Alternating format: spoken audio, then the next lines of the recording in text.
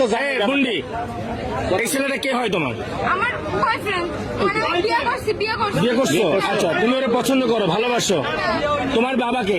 আমার আব্বু ওই যে ওরা আমি চিনি তো, আমার এই যে ইনি তোমার বাবা, উনি তোমার নিতে আসছে। তুমি কি তার সাথে যাবা? আমি ওনার সাথে যাবো। এখন তো তুমি তো প্রাপ্তবয়স্ক হও নাই। একটু দাঁড়াও, একটু ধৈর্য ধরো। আমি প্রাপ্তবয়স্ক হই না, আমার বিয়ে দেবে কেন? তো আপনি কি আপনার মেয়ে বিয়ে দিচ্ছেন?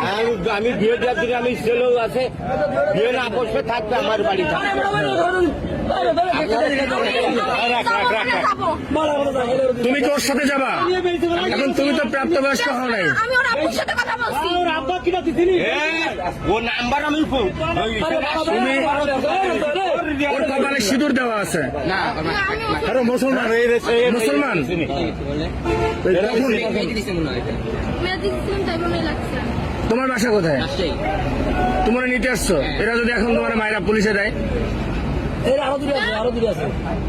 কি করবা? তুমি এত সাহস নিয়ে কিভাবে আসলে রাজশাহী থেকে এখানে? মেয়ে ফোন করেছে এই জন্য এসে আমি বলছি বলে তো আসছি। তুমি সাহস দিয়ে আনছো, এমনকি তুমি ওর সাথে যাবা? হ্যাঁ, যাবো। আর ও যদি তোমার একটা বিপদে ফেলে তাহলে কি হবে? কি করে বিপদে ফেলাবে?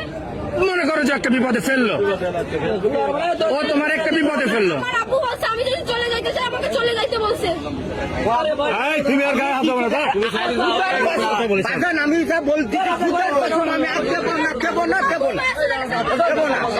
আমি যাবো না।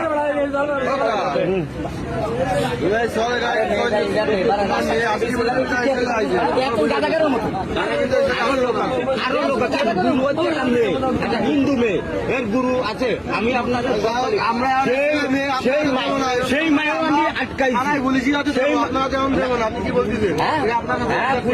না না, প্রশাসনের বাইরে দেওয়া যাবে না। তোমরা একটু এদিকে আসো, আমার সাথে আসো। তোমরা একটু এদিকে আসো, এদিকে আসো। হ্যাঁ ভাই, এটা আমার একটু এদিকে আসো আমার সাথে। কেউ গায়ে হাত দেবে না, কেউ গায়ে হাত দেবে না, আমি তোমাকে বললাম। এদিকে আসো, আমার সাথে আসো। এদিকে আসো, এদিকে আসো।